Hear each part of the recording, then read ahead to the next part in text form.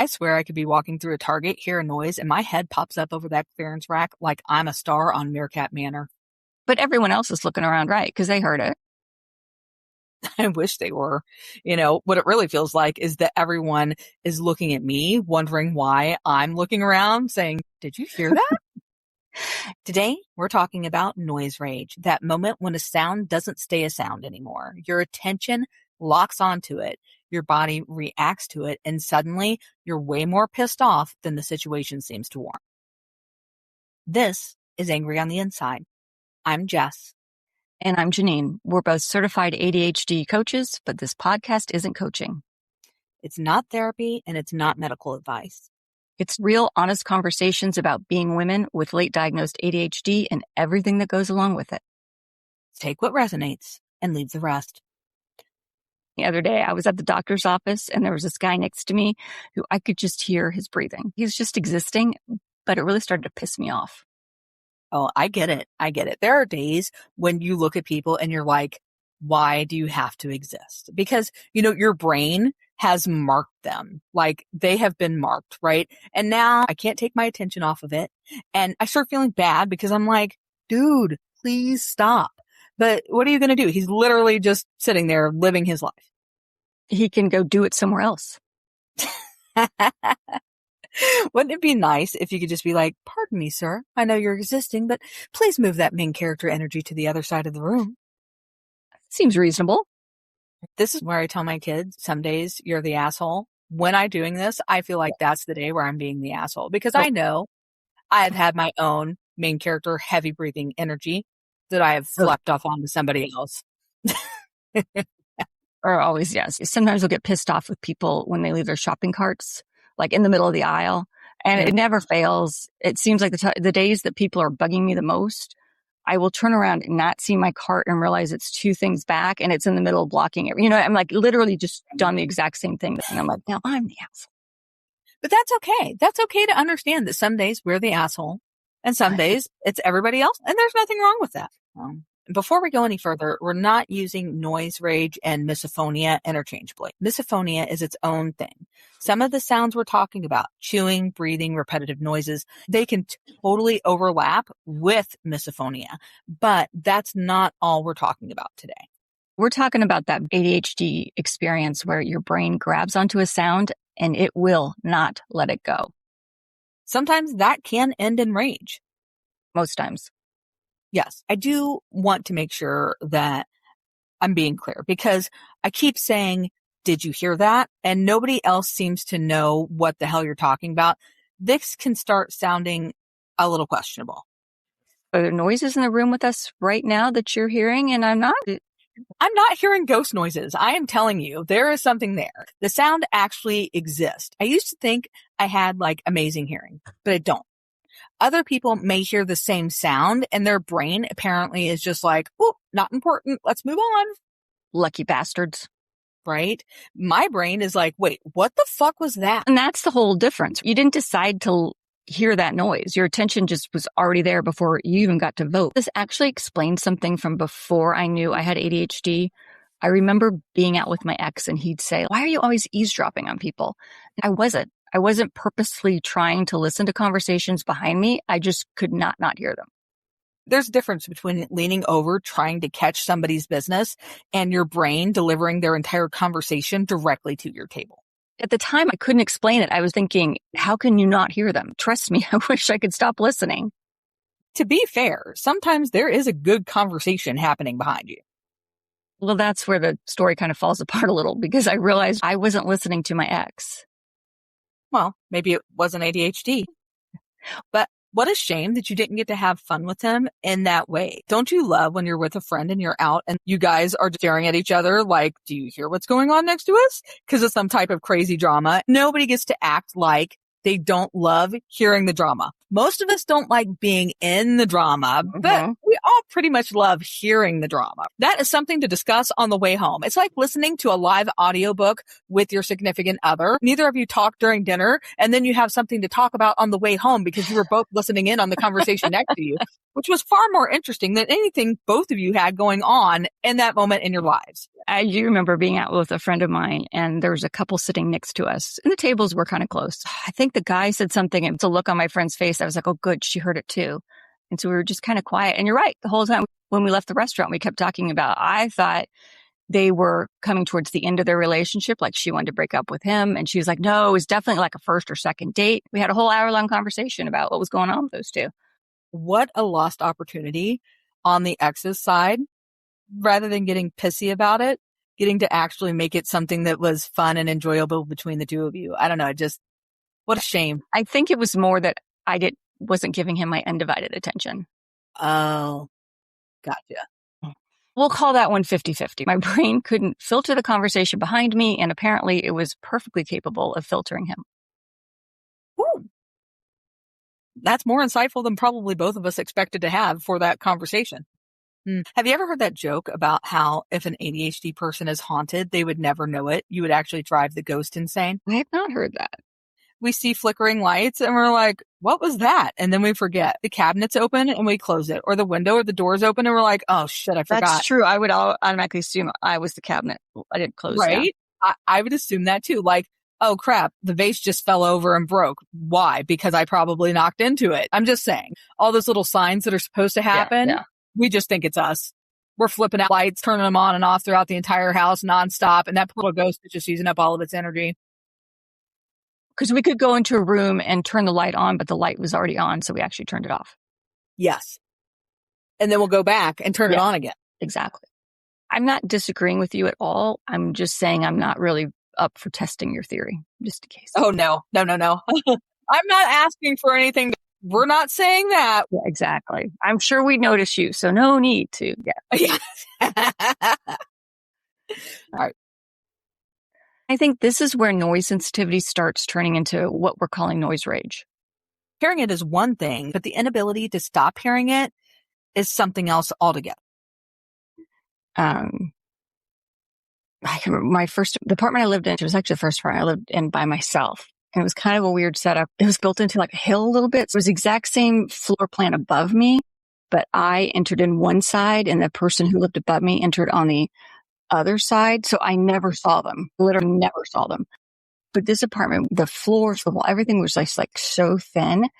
I never saw the person who lived above me, but I knew it was a man. And the reason I knew it was a man is because I could hear them come home and then I could hear them peeing. And there's no way a woman could have zipped down her pants and sat down that fast. So I knew it was a guy because I'd hear him pee. And then if he set like his plate down too heavy on the kitchen counter, the utensils, that sound that they make, I hated him. He was probably the nicest person, but I hated him. And I don't know how anyone could survive more than 2 minutes with a fire alarm thing going on. How could people not change that right away? I think it stopped. And then it does it. It's okay. It's got to be 3 minutes. Oh, maybe it stopped. And then it does it. And it's so much more upsetting. Right. And then you start waiting for it. Right. Because you're like, boop, there it is. And there it is again. And it's still fucking there. Now you're not listening to the person you're with or whatever you were supposed to be doing. Mm-hmm. My pen clicking story, it's awful. Honestly, I probably should have gotten written up for it. There was this lady, she would sit and just click, click, click, nonstop. She was one back and to the right cubicle wise from me. And it drove everybody crazy. Like I wasn't the only one. We went to lunch one day and I took her pen. There was an email sent out asking for her pen to be replaced, which I did put it back, but I had put a non-clicker pen in place of her clicky pen because I just couldn't take it anymore. Yeah. All regularly scheduled programming has been suspended. We are now under a severe noise warning. We joke about that, but there's another piece of it that isn't funny. Eventually, everyone else's reaction to your reaction is what becomes the problem. Yeah. If I tell you that sound is driving me fucking nuts, I'm not asking you to agree that the sound is annoying. Yeah, I am telling you what's happening to me. Two people can be sitting in the same room, hearing the same sound, and having completely different experiences of it because it's linked to our neural processing. Right. But when you're the one who can't tune it out, somehow you become the problem. That's when you start hearing you're too sensitive, you're being dramatic. Heard that one more than enough lately. Oh. You're being negative. Well, it's better than being toxically fucking positive. I'm not going to just ignore it. Do you not think I would ignore it if I could? All the things you would do if you actually could, Yeah. right?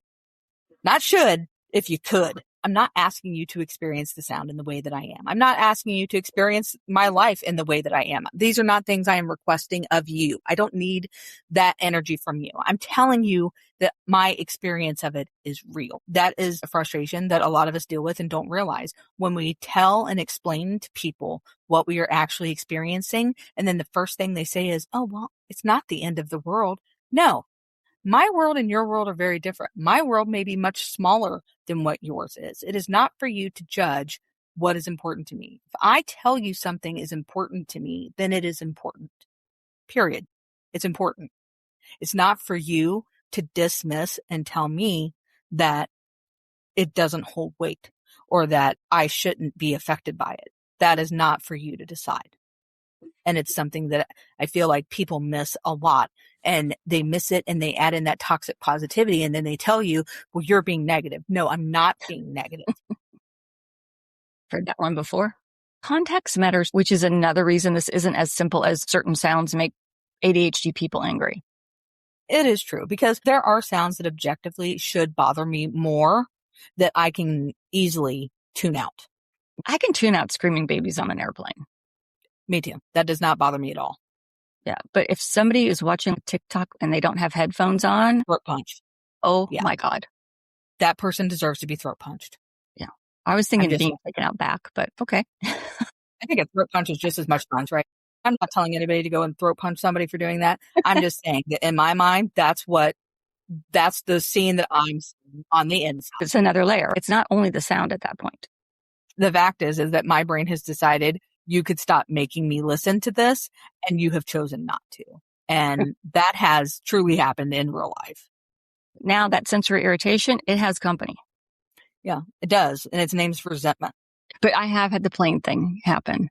I don't like it, but I don't get mad at people with their screaming babies, because having flown with little twins numerous times, it's not like the parents going like, ooh, I can't wait to have my kid scream. That's one of those things I will say when it comes to flights. Mm-hmm. Screaming kids do not bother me at all. That is one of the few noises I can actually block out. Been there, done that. And there are plenty of people who are on there who do not have kids who are like, why can't we take it? Like, remember when there used to be smoking and non? They have people who wish there was like kid and no kid. Oh. And I totally get it. I'm not saying they're wrong in any way, shape, or form. My overwhelming empathy for having to deal with it and understanding what it's like to listen to a kid scream nonstop and not be able to stop it. Here's another thing I've noticed. My tolerance isn't even consistent, because there are days I can walk into my kitchen and not even notice the refrigerator. And then there are days I walk into the kitchen and it's like, has this fucking thing always been this loud? What's wrong with it? That holds importance because the refrigerator didn't change. Do you know that? No. No, it most likely did not change, but what changed is I changed. I'm working under the perspective that the refrigerator did not change, but I'm not saying it didn't not change. But that's where noise rage can actually tell us something, because if every little sound suddenly feels louder and sharper and more intrusive, the sound isn't like the whole story. Maybe it's not the problem. We have to start checking in on ourselves. Have I not slept? Am I stressed? Am I overwhelmed today? What is actually going on with me? Because something has changed with me, not probably with my surroundings. Have I been masking all day? Does my nervous system have absolutely nothing left? The sound is what gets your attention. The sound is the messenger. It's not necessarily the message. Because ADHD refuses to let anything be straightforward, after all this bitching about noise, can we talk about the fact that we both have to sleep with fans on? Ooh, I need my fan. I used to hate sleeping with one, but now I wake up and if it's not on, I'm suddenly like, what's wrong? Something bad's happened. Oh no, I'm totally the same on that. I used to hate it too.